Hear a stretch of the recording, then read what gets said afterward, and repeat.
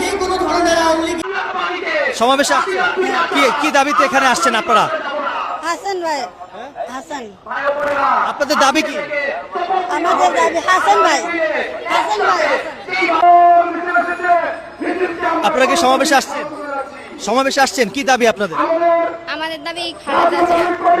খালেদা জিয়া বুঝি না। মানে খালেদা জিয়া। জাতীয় নাগরিক পার্টির যে সমাবেশ, বিক্ষোভ সমাবেশ, কি দাবিতে এখানে আসছেন? খালেদা জিয়া জানতে চাই না। খালেদা জিয়া। আজকে আমরা এখানে দাঁড়িয়েছি আপনারা কি দাবিতে এখানে আসছেন? একটা দায়বদ্ধতা আছে। আপনাদের দাবি কি? আমরা জুলাইয়ের মাধ্যমে কি দাবির কথা? ছাত্র জনতার গণ অভ্যুত্থান করেছি।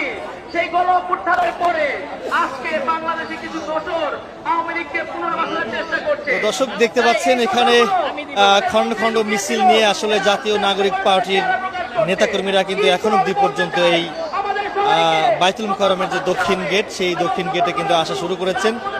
ইতিমধ্যেই জাতীয় নাগরিক পার্টির যে বিক্ষোভ সমাবেশ, আওয়ামী লীগ নিষিদ্ধের দাবিতে যে বিক্ষোভ সমাবেশ, সেই সমাবেশটি কিন্তু আসলে ইতিমধ্যে শুরু হয়ে গেছে।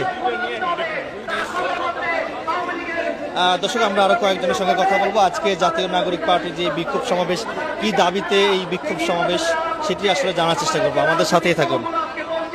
নির্বাচন চাই, নির্বাচন চাই। আমরা বলতে চাই গত 16 বছর আপনারা কিন্তু নির্বাচন করে গেল, আপনারা রাস্তায় থাকতে পারেননি। আপনি কি সমাবেশে আসছেন? আপনাদের দাবি কি? আমাদের দাবি এনে বাংলাদেশে, বুঝি না। বাংলাদেশে।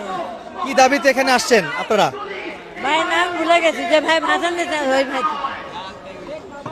আওয়ামী লীগের বিচার হওয়ার মাধ্যমে এই বাংলাদেশে একটা সুস্থ নির্বাচন সম্ভব।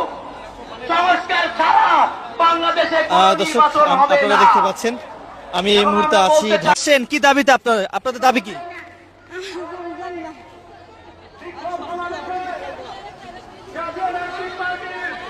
আমরা আরো কয়েকজনের সঙ্গে কথা বলার চেষ্টা করব। সমাবেশে আসছেন, আপনাদের দাবি কি?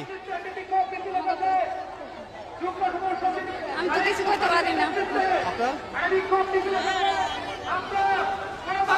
আপনারা কি সমাবেশে আসছেন? সমাবেশে আসছেন, জি। দাবি কি আপনাদের? কি দাবিতে এই বিক্ষোভ সমাবেশ করছেন?